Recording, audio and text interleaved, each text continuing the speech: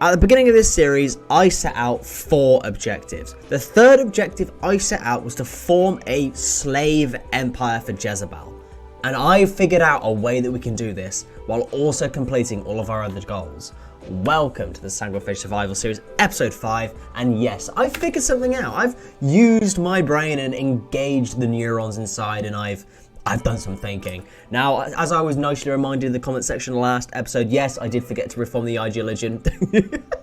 It's just passed over me. I just couldn't stop thinking about slaves, and I just couldn't think about anything else. So, it ties into our completion of the slave empire goal. Now, with our IG religion that we can reform, what we can do is add a meme, which would be pain is virtue. Now, pain is virtue is a very high impacting meme, and it basically means that you kind of need to just hurt your own people. It means that slab beds then become preferred. People enjoy the rough living. Generally, that people are hardened, but they become very brutal. Now, if we add this, the idea is that we can scarify and hurt our colonists for their own enjoyment and part of the IG religion.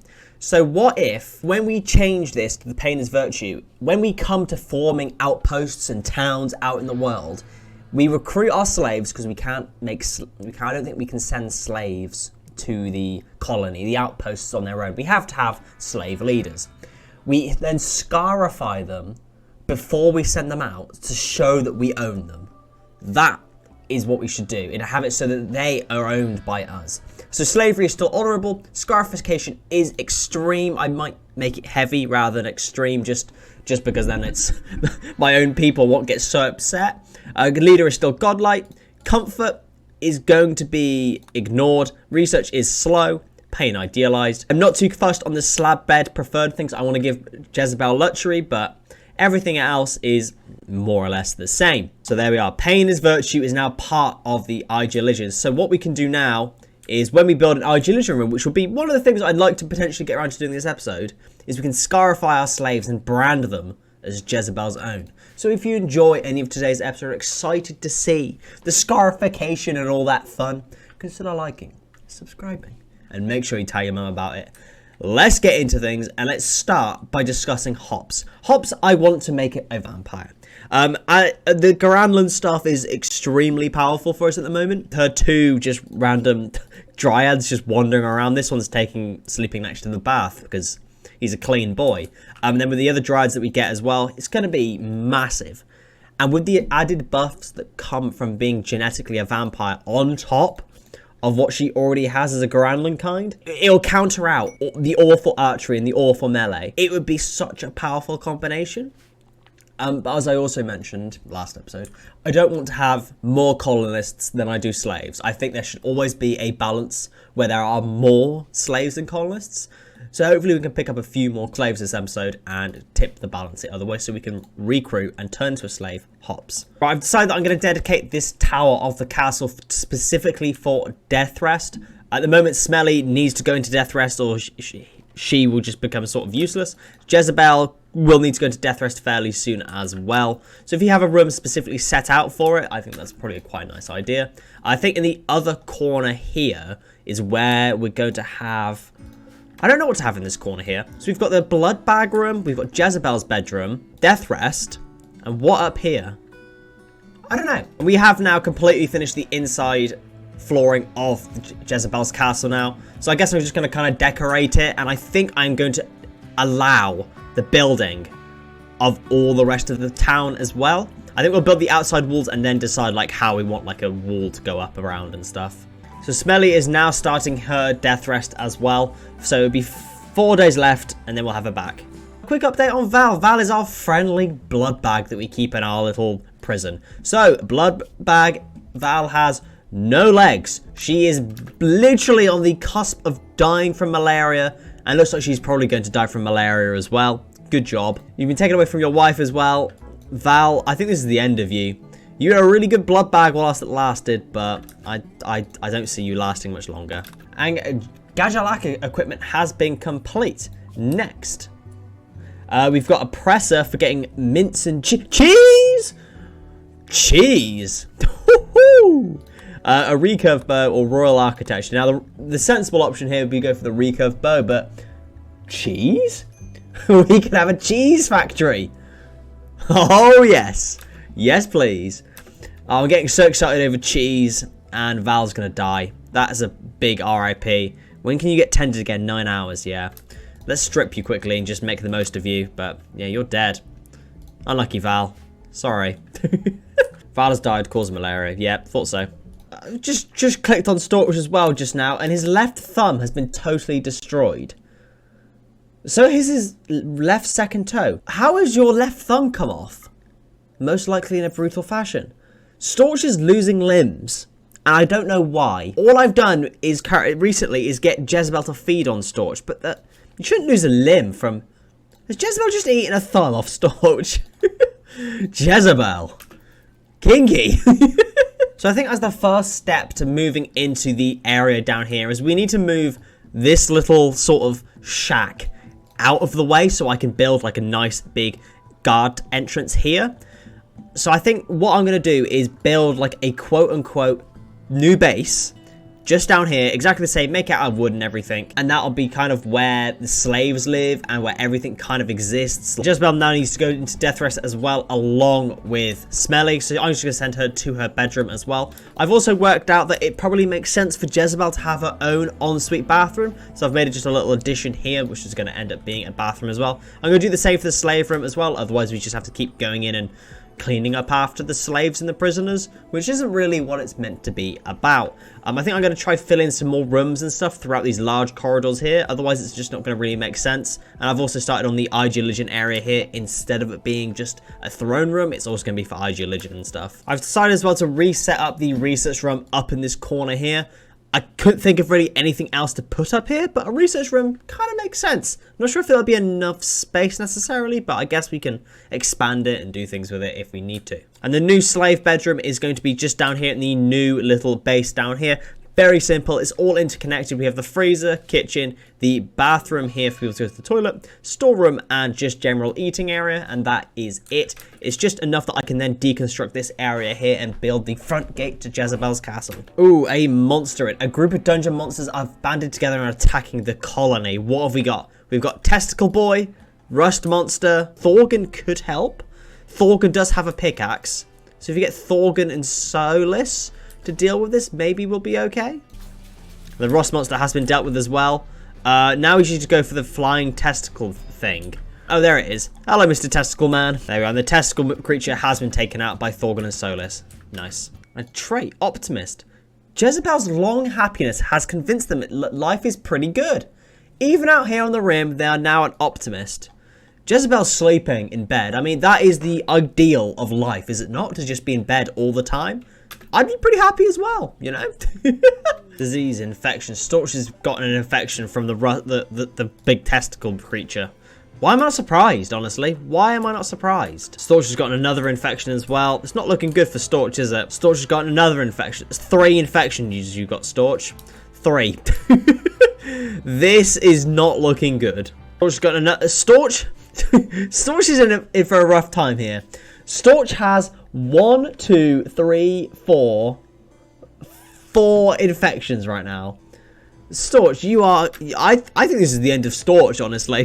The crash has come down as well. Obviously, don't know what shuttles are, but this strange machine has come down outside of Jezebel's mansion. And what has it dropped for us? It's dropped us some lovely, lovely dead bodies and Balzana.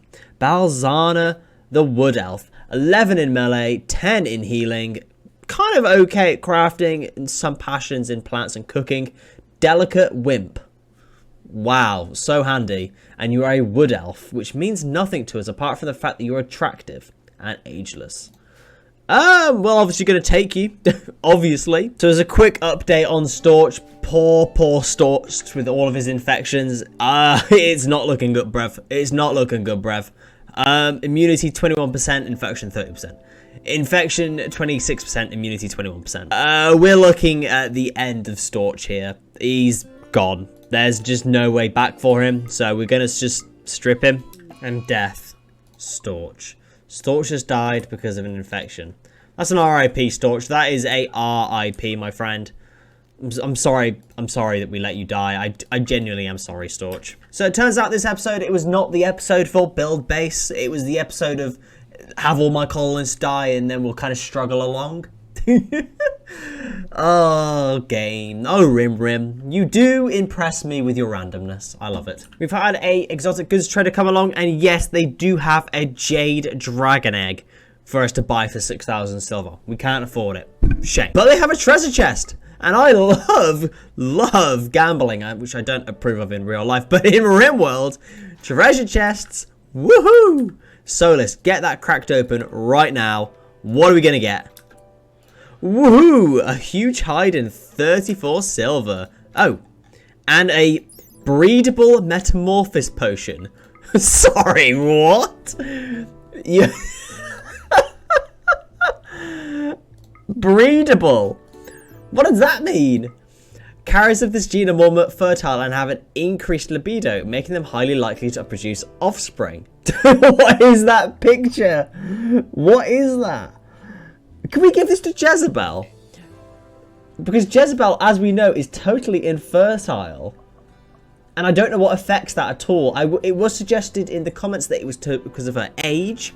But she's 51 years old. There's no way at 51 she's totally, like, infertile. I gotta try it. I gotta give Jezebel the breedable metamorphosis potion. Right, I've now planned out the entrance to the Jezebel's castle, so it kind of like follows inwards, and it has this big entrance here with 2 towers on either side. So eventually we hopefully will get some archers that are capable of archery and are very good at it, so we can have them like sit in here on maybe a turret or something. Then that'll be the main entrance going down into the town at some point. Now our first dryad is nearly ready to be popping out as well. As a reminder, this is the chunker dryads as well, which produce steel every 2 days, I think it was. So eventually these dryads will become totally invaluable to the colony, which is why we will eventually be turning Hops into a vampire. And conversion, Smelly has converted Balzana over to our IG Legion as well. Fantastic. So Balzana, as a reminder, will become a crafter slash healer, but is also really bad at combat. So will only ever be a slave. And asthma, again, another slave with asthma. Stop having asthma, please. Now that Jezebel's back, we have a few things that we need to do. Number 1, we need to make Jezebel more breedable. Consume breedable metamorphosis potion. Now, if this doesn't work, it means nothing, alright? It doesn't change anything. But if it does work, we are in for the time of our lives. Making Jezebel the most breedable thing we've ever seen in Rimworld. Oh, God. There she is. She has consumed the breedable potion. Fertility 0%. Okay. So that has literally done nothing at all. Apart from do nothing. It's just made her slightly more breedable. Oh god. And now that Jezebel is back as well, the role changes. So let's start with obviously the Divine God Emperor, the most important. That should be Jezebel. She will become the Divine God Emperor herself. This will allow her to have leader speech, work, drive, command, all those exciting base game Rimworld things. And Jezebel talks about the future of the colony with the Dryad by her side. She knows that Dryads are the future, and she showed gratitude to her slaves, the wonderful slaves that she has assembled in front of her. And there we are, a successful role change. Perfect. And we can do the next one straight away as well. And Solus will become the Wandering Priest. And there we are, both of our roles, all of the roles of the colony have now been assigned. Perfect. And there is the very first chunker has appeared. He looks pretty cool, you know, he's got bits all over him and stuff, and yeah. Hostile caravan is passing by. The ogre tribes, they are a slaver. Interesting, there's only 3 of them as well. Ooh, now this presents an opportunity. Hostile caravan approaches. What do? We assemble the unit and we search and destroy. We take them for ourselves. They're hostile. They're ogres. Smelly was once an ogre, but Smelly is now more than that. Smelly is a vampire. Deal with them. Solus. Oh, Solus. One hit kills. 1 left. Go down. Don't die. Go on. Go down. They all died. They all died. Okay. And enslaved. Balzana has now been enslaved. Welcome, Balzana, our first little elf. And marriage is on. Jezebel Cook, will you marry me? Solis and Jezebel. Somehow they've communicated from opposite sides of the castle to marry. Wow. And the presser is complete. Cheese is on the way. Next, crude limbs, simple decorations, or togas. Crude limbs is obviously going to be extremely good for patching our people up. So we're going to go for that one, obviously. And so this is building the final bricks of the castle. The main outer wall is now complete. Build base has been achieved. So we've got the outside walls completely finished now. So we can finally start working on the inside town that goes wherever I feel like it's going to go.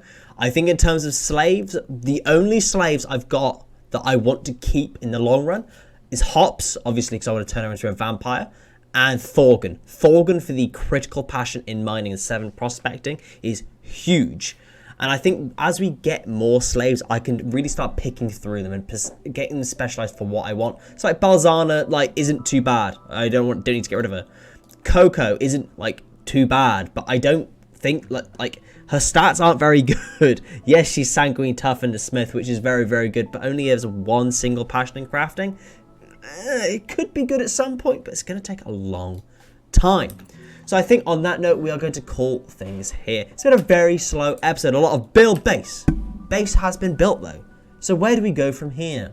Next episode, I'm going to focus on going out into the world. Throughout this episode, a hell of a lot of bandit camps have suddenly sprouted up just here, there, everywhere. There are all of these House Hessa stuff, gold mining sites in them as well that I'd want to go check out as well. Go do some more quests out in the world to pick up more people, because we're at a point now where, what do we need? We need slaves. We need a lot of them. As much as it is nice to have 1 or 2 picked up from raids and things here and there, we're very powerful and we seem to kill off a lot of them, so we probably want to just send out 1 or 2 people. So if you have enjoyed today's episode and are excited to see the slave empire form, consider liking, subscribing, and make sure you tell your mum about it, and I'll see you next time. Thank you.